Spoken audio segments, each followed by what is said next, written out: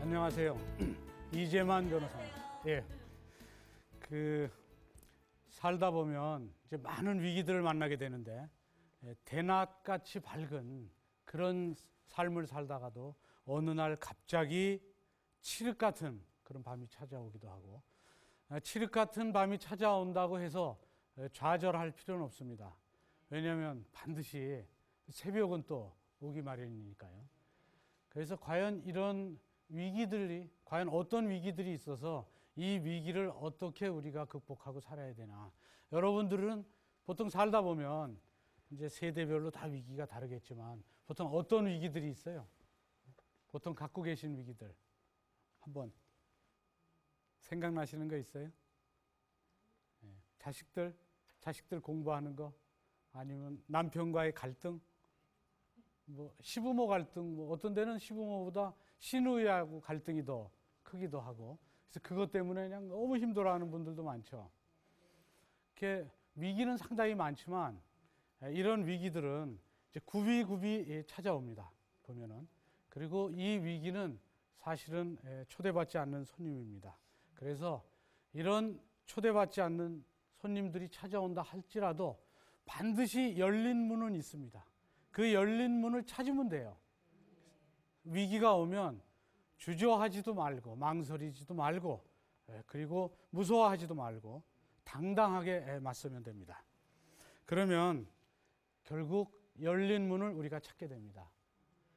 근데 위기는 모든 사람한테 한꺼번에 오는 게 아니라 세대별로 위기가 다 조금씩 달라요. 10대에는 10대의 위기가 오고 60대에는 60대의 위기가 옵니다. 그래서 60대의 위기에는 결국 10대의 위기는 또 40, 50대 또 자식이 또 도와줘야 되고, 그러면 그 위기가 뭔지를 알아야 우리는 위기 극복할 때 함께 갈 수 있습니다. 그리고 법률적으로도 이때 어떻게 해야 되는지도 결국 위기의 원인을 먼저 알아야 되는데, 그 위기라는 것이 또 종류로 들어가서 위기가 뭐냐. 그 10대의 위기를 한번 보면 10대들이 갖는 제일 큰 위기는 뭐라고 생각하세요? 제일 큰 거는 아무래도 무슨 왕따라든지 학교 폭력, 또 무슨 내신, 성적을 잘 올려야 되는데 내신, 대학교에 가야 되는데 그 미래에 대한 불안감, 그리고 부모와의 갈등, 세대 차이 같은 게 있으니까 이런 것들이 이제 많이 혼재되어 있죠. 그러면 이 청소년들의 위기, 이 청소년 10대는 질풍노도의 시기라고 그래갖고 특별한 원인도 없이 막 반항도 하고 어디로 튈지도 모르고 굉장히 불안하죠. 그리고 본인 스스로도 그걸 잘 모르고 있어요. 그리고 이들한테서 제일 큰 위기 중에 하나는, 지난번에 여러분 지방에서 어떤 학생이 왕따로 계속 막 폭력도 당하고, 그리고 숙제도 시키고, 그리고 심지어는 게임도 시키고, 그리고 또 요새는 SNS가 발달되니까 문자 메시지로 너 내 숙제 했느냐, 그 다음에 너 내 이름으로 게임했어, 내 점수 올려놨어, 너 몇 점까지 올려놔야 돼, 그리고 너 안 올려놓으면 너 내일 학교에서 너 알지, 협박 문자를 보내는데 본인은 그게 정말 모욕감도 느끼고 죽을 정도로 싫었어요. 근데 주변에서는 그걸 모르는 거예요. 그걸 부모가 알았더라면, 또 주변에서 누군가가 알아서 손을 내밀었더라면 해결할 수 있었을 텐데, 계속 심지어는 집에 아무도 없을 때 집에 찾아와서 막 그 노예처럼 부리고 때리고 그런 상황에 있다가 결국은 혼자서 정말 장문의 편지를 쓰고 결국 이 세상을 하직했죠. 그 유서가 결국 많이 보도도 됐지만 그 유서가 굉장히 명문이었어요. 이렇게 글을 잘 쓰는 학생이었는데 결국 그 위기를 극복하지 못했죠. 생사의 갈림길에 서 있는 게 위기인데 결국 극복하지 못한 것입니다. 그리고 또 안타까운 그 옛날 사례, 10대들의 위기. 엘리베이터에서 그런 왕따를 당하니까 막 안절부절 못해요. 엘리베이터를 타고. 엘리베이터 CCTV에 그게 다 나와 있어요. 나중에 보니까. 그래서 자기 자기 층에 내려서 배를 누를까 망설이다가 또 오르락내리락 하다가 결국은 엘리베이터 바닥에 주저앉았습니다. 그리고 막 고민하다가 결국은 14층을 눌러서 제일 꼭대기에 올라가서 결국은 세상을 떠났었죠. 10대들한테 이런 위기들은 그걸 견딜 수가 없으니까 극단적 선택으로 갈 수가 있어요. 그리고 요새는 SNS가 발달되니까 막 그 문자 메시지로 협박도 하고, 그래서 결국은 10대들의 그 청소년들 한 40%가 자살을 한번 해볼까? 그럼 잘 해결이 되나? 이렇게 생각하는 사람이 몇천 명을 조사했더니 한 40%가 된대요. 그리고 청소년들의 자살 증가율이 우리나라가 세계 1위입니다. 그리고 청소년들 5명 중 1명이 또 자살을 꿈꿨다고 합니다. 그래서 이 자살에 대해서 통계를 냈더니 몇천 명을 이제 표본 분포로 통계를 냈습니다. 그랬더니 자살해야 되겠다라고 생각하는 사람이 100명 중에 한 25명쯤 돼요. 그리고 더 심각한 건 100명 중에 한 10명 정도는 자살 계획을 세워요. 내가 어디 가서 한강에 가면 춥겠지? 그러면 뭐 아파트 갈까? 다른 아파트 어디 갈까? 저기가 좋을까? 이런 계획을 세운다는 거예요. 그게 10명. 그러다가 실제적으로 자살을 시도하는 사람은 10명 중에 5명이 시도까지 해본답니다. 물론 완전히 자살이 성공하는 경우는 더 적겠지만 그렇게 25명이 생각을 하고 10명이 시도를 하고 계획을 잡고 5명이 시도하는 이런 10대들은 큰 위기에 있습니다. 그래서 행복지수가 굉장히 낮아요.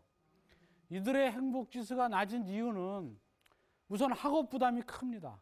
내신 공부를 해야 돼요. 저희 때는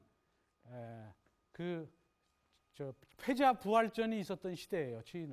저희는 고등학교 때 3년 내내 놀다가 3학년 2학기 여름방학 때 내가 이러면 안 되지. 내 뜻한 바다 공부해야 되겠다. 그러면 6개월 동안 공부하면 3년치를 따라가서 대학 들어갔어요. 그리고 여러분 잘 아시는 그 유명한 그 60년대 그 가수 있어요. 가수. 그 사람도 계속 놀았죠. 뭐 음악 좋아하고.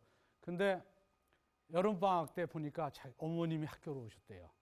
학교로 오셨는데 보니까 담임 선생님 앞에서 어머니가 하염없이 울고 계시더래요. 그래서 나중에 이제 물어봤어요. 어떻게 된 건가 이제 주변 사람들한테. 했더니 그 어머니가 그 학교 담임 선생님한테 이 학생은 도저히 학교를 갈 수 없습니다. 공부 성적으로 봐서는 안 됩니다. 그런 얘기를 듣고 어머니가 우는 거예요. 그 얘기를 듣고 이 사람이 무진장 열심히 공부를 했대요. 6개월 동안. 그래서 명문대학 갔어요. 그리고 인터뷰를 했더라고요. 내가 그랬다고. 그 유명한 가수 이장희 씨 인터뷰에서 제가 봤어요. 그때는 패자부활전이 있었어요. 공부하면. 지금 패자부활전 없습니다.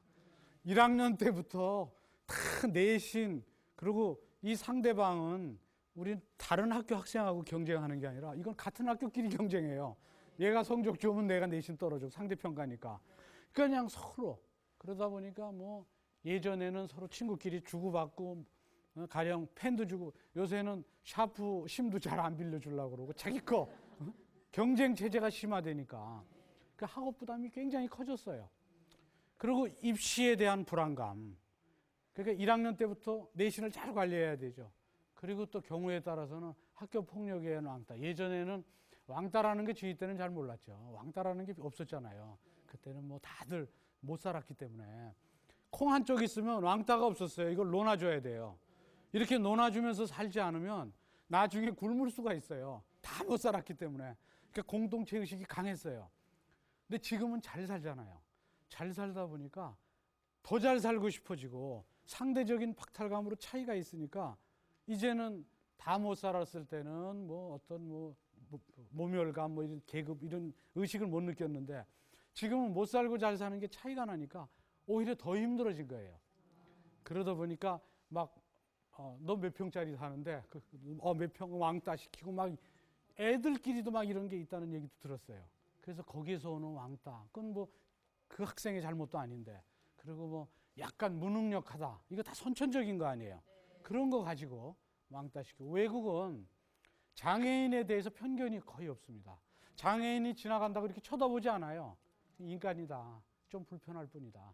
우리나라는 장애인 시설 오면 뭐 난리 나잖아요. 집값 떨어진다고. 그게 이제 이기적이 됐기 때문에. 그 다음에 또 그 어려움은 이제 가정적으로 불화가 있으면 이런 것들 때문에 이 10대들이 그 질풍노도의 시기를 지나면서 그 행복 지수가 굉장히 낮아져요. 또 하나는 왕따가 암만 심해도 우리 아들은 뭐 굉장히 활발하고 등치도 좋고 절대로 왕따를 당할 리가 없다. 그래갖고 편하게 생각하는데 지금 주위 사무실에 찾아오는 그런 그 분들은 피해자는 안 찾아와요. 피해자는 그냥 고통을 받고 있고 뭐 찾아오는 사람이 좀 드문데 대부분 가해자가 찾아옵니다. 요새는 가해자들이 피해자 측에서 고소를 해요. 그러면 전부 즉 왕따를 시켜서 사람을 결국은 극단적 선택을 하게 했다. 그럼 왕따 시킨 사람 수사합니다. 수사하면 구속돼요. 그러면 그 젊은 어린애들이 장난삼아 왕따를 해서 그게 상대한테 얼마나 큰 피해를 주는지 잘 몰라요, 걔네들은. 그리고 그 장난인데 그거를 왜 장난으로 못 받아들이느냐. 상대는 장난이 아닌데. 그게 모르기 때문에 어려서. 근데 그걸 잘 관리 안 해주면 그 사람, 그 가해자도 결국은 주홍글씨, 전과자라는 낙인으로 평생을 살아야 됩니다. 그러니까 왕따나 학교 폭력이 있으면 피해자는 피해자대로 힘들지만 가해자는 가해자대로 전과자 되는 거예요. 그러니까 이런 일이 있는지 자식을 잘 봐야 돼요.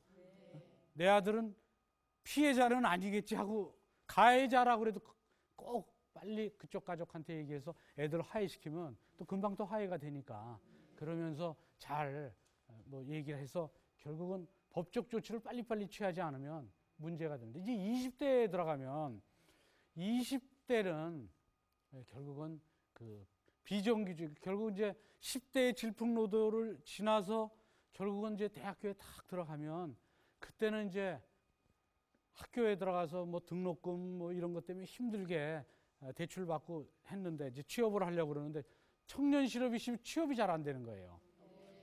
그럼 이제 비정규직으로 들어가죠. 비정규직의 평균 임금이 한 88만 원 돼요. 그다음에 이제 인턴으로 또 임시적으로 몇 달 동안 하는 거. 그것도 한 그 정도 수준인데 결국은 나와서 취업이 안 되니까 88만 원 세대가 되니까 이 사람들의 이 20대들은 이 88만 원 세대로서의 고통이 굉장히 큽니다. 여러 가지로. 그래서 할 수 없이 빚 갚고 이러려고 신용카드 이런 거 이제 그 자기가 이제 받아가지고 신용카드로 뭐 대출도 받고 뭐 100만 원 뭐 카드 대출 200 이렇게 해갖고 했는데 소득이 없고 88만 원 다 쓰다 보니까 소득도 없고 또 어떨 땐 비정규직에서 나오면 실업자고 그러니까 할 수 없이 카드 대출을 받고 막 내용 증명 받았다고 사무실로 찾아왔어요. 뭔가 봤더니 너희 돈 빨리 안 갚으면 사기로 고소한다. 뭐 한다 막 이러니까 놀래 갖고 온 거예요. 근데 그때 와서 얘기해 줬어요. 네가 이거를 갚지 않을 생각으로 빌린 건 아니지 않느냐. 그러니까 넌 사기로 되는 건 아니니까 열심히 해서 갚아라. 그리고 잘 얘기해라. 그러고 보냈어요. 근데 이거를 법적으로 그런 설명을 못 들으면 이거 300만 원 때문에 사기죄로 처벌되면 어떡하나 이래가지고 어떤 여자들은 막 술집에 가서라도 그걸 벌으려고 그러고 갚으려고 그러고 뭐 또 어떤 사람은 편의점에 가서 도둑질하다가 잡혀오기도 하고 위기가 또 다른 위기를 낳아서 그때 차라리 미리 알았더라면 법적 사고만 있어도 그 위기에서 벗어날 수 있는데 이런 피해를 볼 수도 있습니다. 그리고 또 하나는 그 30대로 이제 넘어가게 되면 이 30대에는 30대대로의 위기가 있어요. 이건 이제 흔히 허니문 푸어라고 그래요. 이제 20대의 질풍노도의 시기, 그 왕따니 뭐 이런 진짜 경쟁 여기를 견디고 넘어오면 그 다음에 이제 20대의 청년 실업 거기를 견뎌서 어떻게 또 취업이 돼갖고 이제 드디어 결혼을 하게 30대 이제 연애 결혼 이게 상당히 또 본인한테는 위기로 다가오는데 결혼을 한다고 그래도 일단은 허니문을 즐겁게 시작해야 되는데 우선 전세금을 마련하는데 빚을 얻어야 되고 결혼 비용도 빚을 얻어야 돼요. 부모가 안 해주면. 그러니까 전세금, 그다음에 결혼 비용 이런 것 때문에 신혼을 빚을 안고 시작해요. 그래서 허니문이 가난한 허니문 푸어 세대라고 그래요. 그래서 허니문 푸어 세대들이 위기가 있습니다. 이게. 그러니까 결혼 시작부터 빚더미에서 시작하는 사람들이 있는 거예요. 그런데 문제는 허니문 푸어들한테 제일 큰 거는 전세금입니다. 전세금이 자기가 갖고 있는 제일 큰 돈이에요. 그런데 허니문 푸어가 전세금을 날리는 경우, 저희 사무실에 또 의뢰인이 이제 또 한 사람 왔는데 전세를 계약을 했어요. 근데 공인중개사한테 해서 했습니다. 그러니까 공인중개사한테 근데 공인중개사가 저걸 했습니다. 그 지역에 아파트나 오피스텔에 1억을 한 10년 동안 계속 저걸 해요. 여러 주인한테 그걸 다 관리를 맡아서 전부 임대를 해요.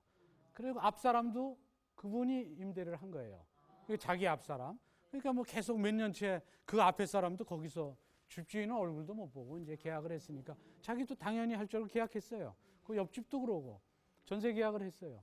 계약 이제 끝날 때가 돼서 이제 나가려고 그러는데 알고 보니까 저 중간에 있던 사람이 사기로 구속이 된 거예요. 그래서 알고 보니까 이 사람이 여러 명한테서 전세 계약을 하고 전세금은 자기가 받았어요. 그리고 집주인한테는 월세 계약으로 바꿔놓아서 주고 자기 돈으로 월세를 보내고 있는 거예요. 이렇게. 그러니까 이 사람은 돈이 9천만 원이 들어갔지만 저쪽에서는 자기는 1,000만 원에 월세 4, 50인가 밖에 못 받았다는 거예요. 9천만 원 못 주겠다는 거예요. 그래서 결국은 이 사람은 집주인하고 계약한 게 아니니까 월세를 받기가 어렵잖아요. 그 월세가 날아가면 허니문포 얼마나 힘들어요.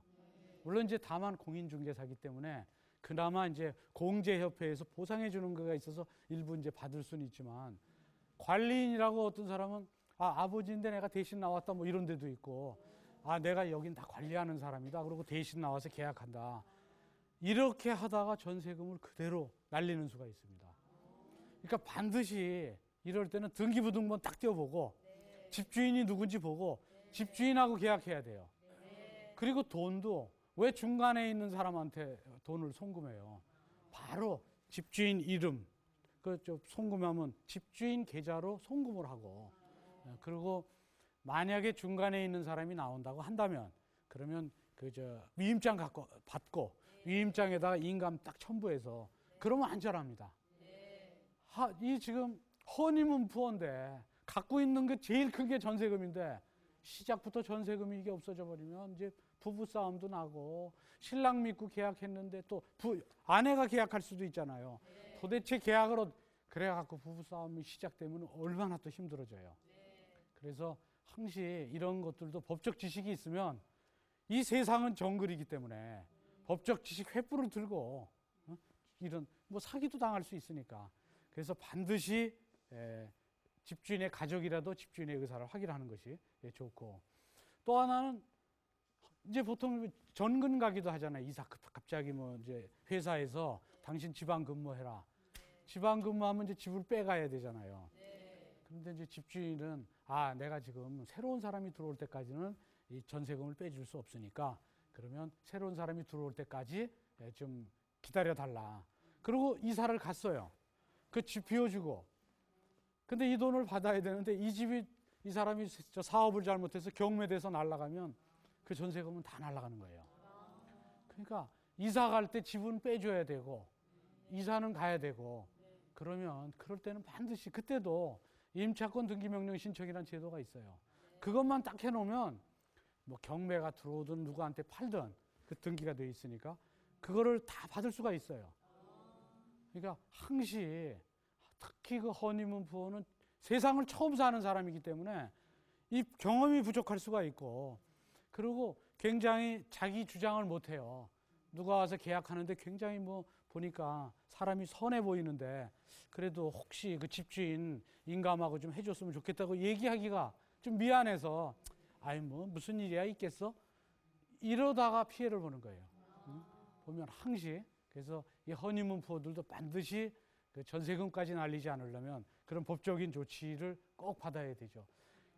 그리고 중년 세대에도 위기가 와요. 중년 세대의 위기는 결국 40, 50대에는 제일 많이 오는 것이 이제 그 당시쯤이면 이제 위기의 중년이라고 봐서 이제 한 번쯤은 이제 이혼을 생각해 봐요. 그 20대 때는 정말 서로 좋은 시절 아니에요.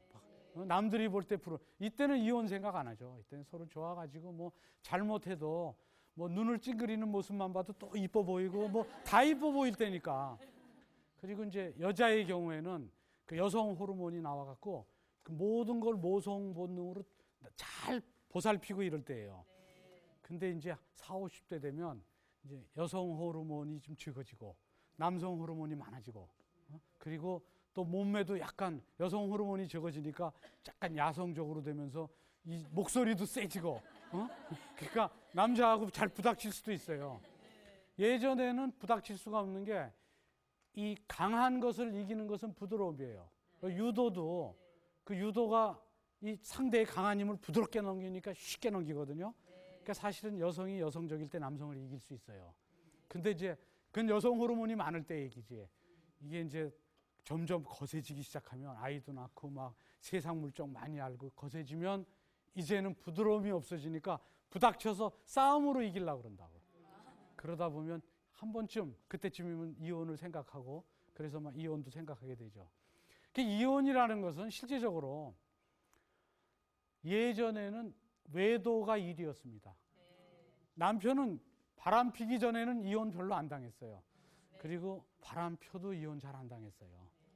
부모들이 참고 살라고 그랬으니까. 참 좋은 시절이 있었어요, 예전에. 근데 지금은 이혼의 한 40%에 육박하는 게 성격 차이입니다. 그러니까 성격 차이 나죠.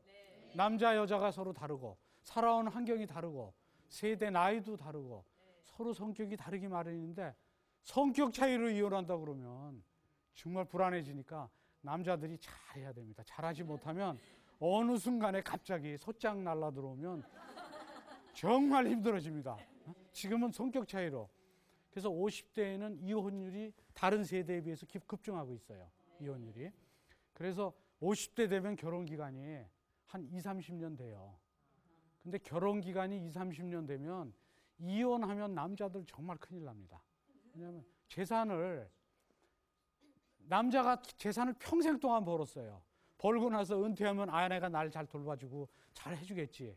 아내는 남편 시집살이를 또 해야 되느냐 이런 생각도 하는 판일 수도 있는데 잘하지 않고 만약에 이혼이 들어오면 재산을 분할을 청구하는데 한 30년 되면 거의 반을 청구해요. 돈은 남자가 벌었어도 그냥 여자한테 주라는 거예요. 왜냐하면 여자가 안 해서 그렇게 내조를 했으니까 벌었지. 그러니까 반 정도, 옛날엔 30% 했었어요. 그러니까 10억짜리 아파트면 3억을 가져갔는데 요새는 5억을 가져가요. 그러니까 특히 잘해야 돼요. 그러니까 평생 번 재산 반을 가져가 버리니까. 그리고 여자분들은 혼자 살았기 때문에 집안에서 가정적으로 직장 없이 혼자 있어도 뭘 잘해요. 밖에 나가서 친구들하고 뭐. 근데 남자는 사회생활만 했기 때문에 집안에 들어오면 아내하고 같이 살지 않으면 혼자 할 수 있는 게 별로 없어요. 그러니까 굉장히 이제 어려워지죠. 그래서 이 재산 분할에 대해서는 이제 뭐 여러 가지 얘기도 많습니다. 근데 문제는 뭐 어떤 분은 이런 얘기도 해요. 찾아와서 평생 동안 시부모 봉양했는데 한 30년 봉양했다 시부모 재산 상속받으니까 남편이 이혼하려고 그런다. 그 재산도 상속받고 분할받고 싶다. 근데 상속재산 같은 건 분할이 안 돼요. 그 다음에 로또. 그러니까 굉장히 부자하고 결혼했어요. 막 재산이 많은. 그리고 이혼하려고 그러면 원래 갖고 있던 재산은 분할 대상이 안 돼요. 그러니까 혼인 중에 모아놓은 재산만 분할돼요. 그러니까 혼인할 때는 완전히 그 전셋집에서 살았다. 근데 아파트를 하나 샀다. 그건 분할 대상인데 원래부터 아파트를 하나 갖고 있었다. 근데 30년 살았는데 재산이 전혀 안 늘고 맨 이거밖에 없다. 그럼 이거는 반 못 갖고 오고 근데 유지 관리에 기여한 걸로 약간 갖고 올 수 있어요. 그러니까 혼인 중에 늘어난 것만 이제 대부분 이제 분할되죠. 그리고 또 하나는 혼인 중에 각서들 많이 쓰잖아요. 근데 이게 50대 이제 이혼이 많이 생겨서 이게 위기인데 남편이 바람 피고 나서 바람 한번 튀우면 재산 다 나한테 다 준다. 그 각서 딱 쓰면 남편이 써요. 그거 받아오고 나서 이제 바람만 피면 넌 이제 재산 다 내 거다. 바람 딱 핀 게 또 걸렸어요. 그래서 갖고 왔어요, 사무실에. 이거 효력 있냐? 그 효력 없습니다. 각선. 협의회원 할 때만 효력이 있지 재판상의원으로 들어가면 나 이거 못 주겠어. 그러면 소송하잖아요. 그럴 때는 각서 효력이 없어요. 그러니까 남편한테 각서 10장 받아도 효력 없으니까 받지 마세요. 그거 자꾸 받으면 이혼하게 돼요. 막 이혼하자 각서. 이혼이란 말이 입에 배면 각서. 그러니까 그런 거 받으면 딱 한 번만 경고적 의미로 딱 받고 그 각서 받지 말고. 그리고 그거 받더라도 각서를 그런 걸 받지 말고 실리적인 거 받으세요. 한 번만 외박하면 해외여행 한 번 시켜주기. 뭐 이런 딱 그 실리적인 거. 아니면 뭐 해외여행 뭐 외식 최고 좋은 데서 뭐 이렇게 실리적인 걸 딱 받아서 그걸 받아내는 게 낫지. 효력도 없는 거. 그거 받는 게 별로 도움이 안 됩니다. 그 다음에 이제 양육권으로 일단은 이제 이혼이 된 어느 부부가 또 찾아왔는데, 저 남편이 찾아왔는데, 양육권은 대부분 아내가 아이를 잘 키울 수 있다고 해서 아내한테 보내줍니다. 양육권은. 근데 그 아내가 재혼을 한다는 거예요. 그러면 자기 자식이 어떻게 될지 이제 불안한 거예요, 남편은. 그럴 때 양육권을 받고 찾아오고 싶다고 굉장히 자기로서는 이제 그 문제를 해결해야 되니까. 그럴 때는 양육자 지정 변경 신청을 해서 찾아오는 방법이 있습니다. 그래서 그런 것 때문에 그걸 찾아오려고 내 자식이니까 내가 찾아와 이제 그래서 막 아이니까 내 자식이니까 막 납치해 오고 막 그러는 경우가 있어요. 그런 건 또 다른 위기를 불러와요. 그러니까 그럴 때 문제가 생기면 법치 사회이기 때문에 법적으로 해결할 수 있는 걸 찾아야 돼요. 자기 자신이 보안관이 돼가지고 내가 다 해결한다 그래갖고 넌 나쁜 놈 그렇다고 너는 앞으로 나한테 5대 맞아야 된다 그러고 지가 가서 5대 때려주러 가 집행하러 가면 폭력으로 처벌받아요. 그리고 남편이 바람피는 어떤 여자를 찾아가서 너는 나쁜 사람이니까 그냥 안 놔둔다 그래서 가서 또 뭐 본초가 가서 난리 피는 거 있잖아요. 그렇게 하면 그것도 법적으로 다 조치를 해야지. 그 위기를 스스로 극복하겠다고 본인이 해버리면 그럼 주거침입죄, 폭행죄. 그러니까 이게 남편이 바람펴서 화도 나 죽겠는데 또 형사처벌 받아요. 그러면. 그러니까 그렇게 하면 안 돼요. 위기가 또 다른 위기를 불러오게 됩니다. 이제 이런 위기를 극복하고 60대에 이르게 되면 이른바 실버 세대라고 그래서 이때는 이제 은퇴한 이후에 결국은 나머지 지금 현재 100세 시대라고 그래서 몇십 년을 이제 살아야 됩니다. 근데 그 몇십 년을 노후 대책을 어떻게 하느냐, 과거에 해온 그 노후 대책에 의해서 나머지를 살아야 되는데 제가 어떤 아주 훌륭한 노신사를 한번 본 적이 있었어요. 그분은 평생 동안 노후 대책도 잘했고 또 노후 준비도 잘 돼 있고 그런데 한 몇 년 있다 보니까 굉장히 초췌해지고 힘도 없어졌어요. 그래서 알고 보니까 본인이 갖고 있던 그 재산을 자식이 와서 사업을 하겠다고 달라니까 자꾸 줬습니다, 자식한테.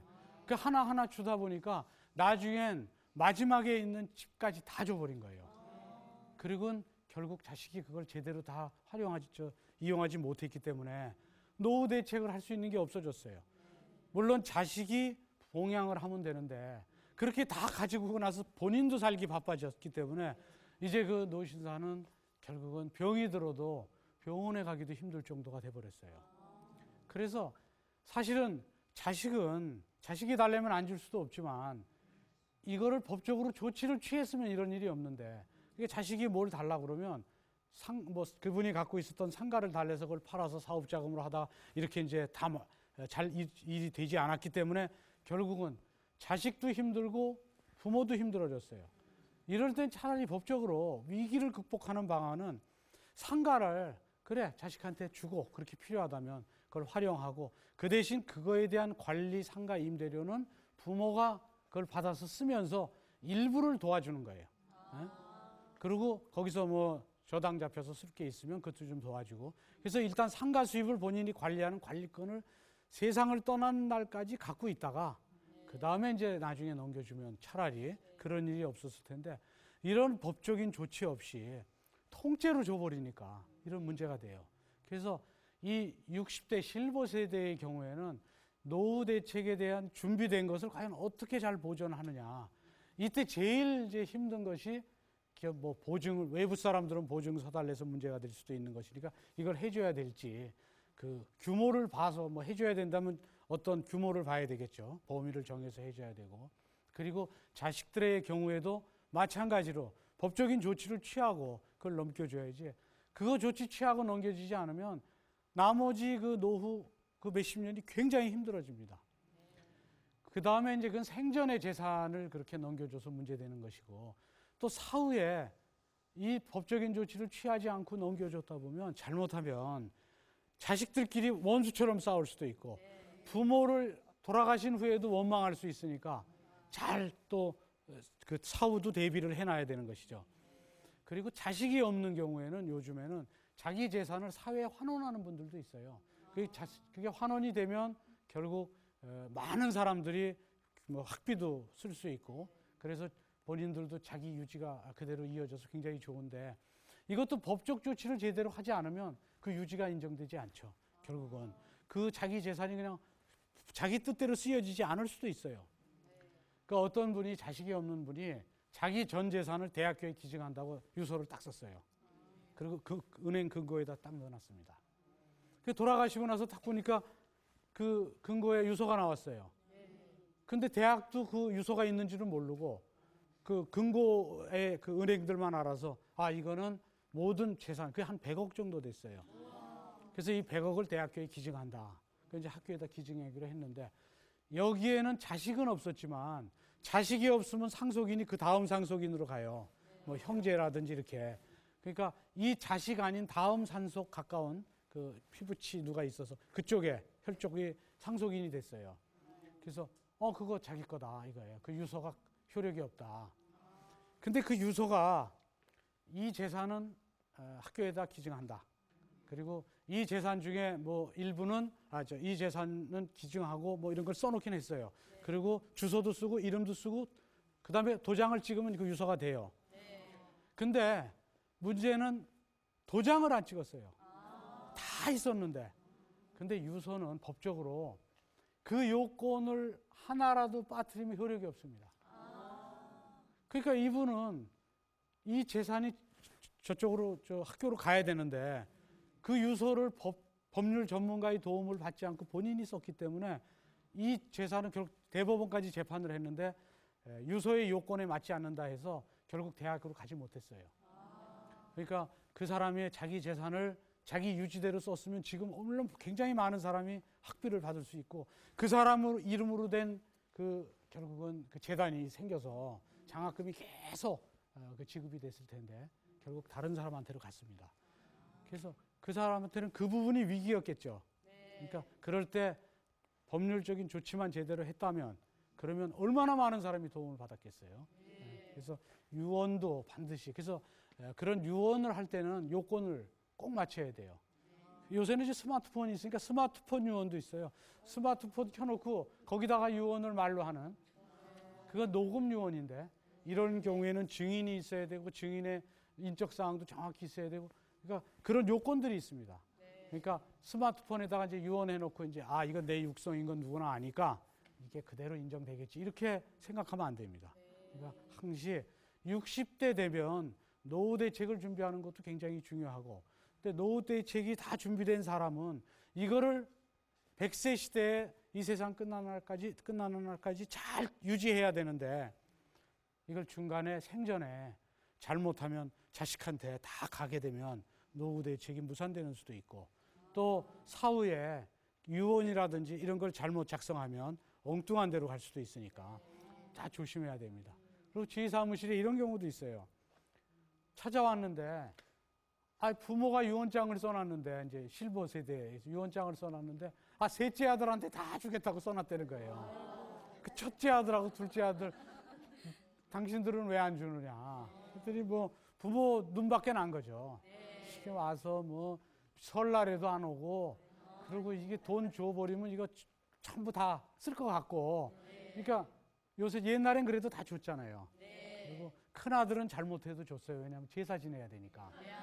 근데 요새는 뭐 제사도 잘 안 지내고 그러니까 제일 똑똑한 자식한테 줘서 이걸 잘 온전하고 네가 이 재산을 잘 관리해서 큰아들, 작은 아들, 그 조카들 도와줄 수 있으면 좀 도와줘라 그러고 거기다 다 맡겨버리는 거예요. 그러니까 이제 그 큰아들 쪽하고 이제 온 거예요. 이게 유언이 다 효력이 있느냐. 그래서 유언의 요건이 다 되면 효력이 있다. 그래서 이제 재산을 못 받을 위기에 있었어요. 그래서 재산을 못 받게 되는 건 평소에 하는 행동 때문에 그런 것이니까 그게 어쩌겠느냐. 그럼 이걸 어떻게 해결하느냐. 근데 그분들은 잘 찾아왔어요, 저를. 그래서 알려줬어요. 재산을 다 한쪽에 줬다고 하더라도 그래도 결국은 자기가 원래 받아야 될 재산의 반은 법적으로 청구해서 받아낼 수 있어요. 그걸 유류분이라고 그래요. 근데 그거는 기간이 정해져 있어요. 돌아가신 거 안 날로부터 1년. 그 기간 지나면 한 몇 년 있다가 배가 아파서 오면 못 찾아요. 그러니까 본인이 위기가 있을 때 이렇게 법치국가에서는 법적으로 찾아와서 해결을 해야지 자기가 보안관처럼 가가지고 나도 상속 지분이 있으니까 그 막내한테 막 두드려 패면서 너 3등분 하자 막 이러면 그럼 폭행죄로 또 들어갑니다. 그러니까 항시 이 실보 세대 때 문제가 이제 이렇게 상속 또 사전의 증여 이런 문제가 있습니다. 그리고 전 세대를 걸쳐서 위기가 올 수 있는 게 꽃뱀이 많아져서 꽃뱀은 20대, 30대, 40대, 50대, 60대를 가리질 않아요. 물론 이제 남자들이 여자는 이쁘면 된다라는 이런 잘못된 생각 때문에 그 덫에 빠지지만 왜 지금 여기서 꽃뱀에 대해서도 문제를 삼냐 하면 옛날의 꽃뱀은 사실은 아무것도 아니었었어요. 옛날에 꽃뱀한테 물리면 상처가 금방 났어요. 지금은 꽃뱀한테 물리면 상처가 나는 게 아니라 죽습니다. 그 이유는 예전에 꽃뱀은 이런 꽃뱀이었었어요. 보면 그 뭐 남자를 이렇게 잘 유혹을 해서 명품 사달라, 뭐 그다음에 백 사달라, 뭐 그래갖고 한두 달치 월급 나가는 걸로 끝났어요. 그리고 또 뭐 술 취해서 잘못 가면 무슨 홀에 들어가서 한 몇십만 원어치 먹었는데 뭐 몇백만 원이 나오고 그럼 이제 또 한두 달치 그리고 뭐 그 다음에는 뭐 하룻밤 자고 막 이러고 임신했다. 그리고 수술비 달라. 그러니까 한 1, 200만 원 주고 이제 끝나는 거예요. 그 옛날 꽃뱀이 그랬고. 근데 한 명은 뭐 그 수술비 달라 그러니까 이제 그 사람이 그랬어요. 나 정관 수술했는데 슬그머니 가버리더랍니다. 그리고 이제 조금 꽃뱀이 더 발달된 것이 이제 어떤 거냐면 좀 술 취한 사람, 술 취해갖고 차 타고 갈 때 밖에서 기다리고 있다가 살짝 교통사고처럼 부닥쳐요. 그러면 그쪽 공범이 나와서 아저씨 술 취하셨네? 사고 났잖아? 그럼 빨리 음주운전 걸리잖아요. 그러면 또 한두 달치 월급 나가는 거예요. 그러니까 꽃뱀한테 물리면 서로 얘기해요. 아, 나 누구한테 했는데 뭐 남자들. 그러니까 꽃뱀의 피해가 그 정도였었어요. 지금의 꽃뱀의 피해는 완전히 그 집안을 풍지박산냅니다. 지금 꽃뱀 피해는 같이 사귀다가 헤어지면 성추행 당했다고 하는 경우도 있고 또 주병진 씨 사건 아시죠? 그 사건처럼 돈을 뜯기 위해서 성폭행 당했다고 그래서 그 2억 뜯긴 뜯었잖아요. 요새는 성폭행의 처벌이 굉장히 높아졌습니다. 그래서 성폭행 처벌이 예전에는 합의하면 집행유예, 뭐 합의 안 하면 한 징역 1년 6월 2년 이랬습니다. 요새 성폭행에 대한 처벌 어느 정도인지 아세요? 3년은 기본이고 7년, 8년 그리고 25년형 선고도 내렸어요. 그리고 그것뿐이 아니에요. 공개를 해서 확인해 보면 우리 옆집의 메토실에는 성폭행범이 살고 있습니다. 이 공개를 해버리는 거예요. 그러니까 꽃뱀 성폭행범으로 이 처벌을 받게 되면 성폭행범은 영혼살인입니다. 그러니까 성폭행범은 엄격하게 처벌하는 거 맞아요. 그렇기 때문에 그렇게 하는 건 맞는데 성폭행범의 처벌이 너무 엄격하기 때문에 꽃뱀들이 그걸 이용하는 거예요. 그러면 그 피해자가 그 남자만이 아니에요. 피해자는 그 집에 우리의 그 피해자의 그 어머니도 있을 수 있고 피해자의 여동생도 있을 수 있고 피해자의 딸도 있을 수 있고 그러니까 사실 그 가족에 있는 남자들 여자들도 피해자예요. 그리고 실제적으로 성폭행 피해자인데 꽃뱀으로 오해받을 수 있으니까 그 사람도 피해자예요. 그래서 그런데 의외로 꽃뱀이 많습니다. 그리고 꽃뱀이 너무 많아요. 그리고 지하철에 가면은 이렇게 서로 밀리고 이럴 때 잘못하면 추행범으로 몰릴 수도 있어요. 그 추행범으로 몰리면 합의해야 돼요. 합의금이 몇 천만 원이 나올 수도 있어요. 그러니까 지금은 진짜 꽃뱀들 조심해야 돼요. 그래서 아주 조금 적극적으로 조금 뭐 아무 생각 없이 굉장히 친절하게 접근한다. 그러면 굉장히 조심해야 됩니다. 그래서 이 꽃뱀 우연을 가장해서 오는 사람이라든지 그리고 또 하나는 뭔가 이상하다. 어쨌든 그럴 때는 좀 감성적으로 이쁜 여자다라고 생각하면 안 되고 이성적으로 판단해야 돼요. 그래서 왜 집에 이쁜 아내가 있잖아요. 응? 그리고 지금 이쁘지 않으면 젊었을 때 이쁜 거 추억을 생각하고 그분 만나고 결혼 안 한 분들은 애인 있잖아요. 애인하고 지내면 문제 없는데 이게 요새는 옛날하고 달라서 조금만 곁눈질 잘못하다가 꽃뱀한테 물리면 치명상을 입어서 전과자 되죠. 평생 하죠. 나중에 할아버지 돼서 손자 며느리 보려고 그러는데 할아버지가 옛날에 그럼 얼마나 망신이에요 이게. 에? 사실은 그게 또 누명이라면 정말 속 터지는 일이죠.